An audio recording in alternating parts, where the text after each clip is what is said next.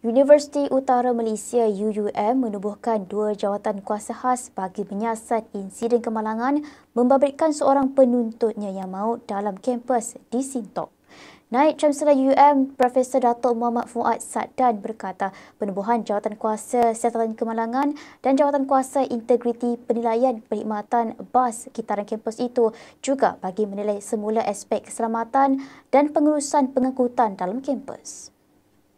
Menurut beliau, jawatan kuasa siasatan akan meneliti punca kejadian serta pematuhan terhadap prosedur operasi standard SOP, manakala jawatan kuasa penilaian akan menyemak tahap kecekapan dan integriti pengurusan perkhidmatan bas kitaran kampus.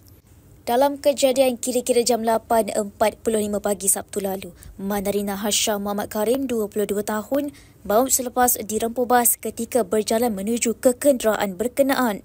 Mangsa disahkan meninggal dunia pada jam 6.30 petang di unit rawatan rapi ICU Hospital Sultanah Bahiyah Al-Wusta.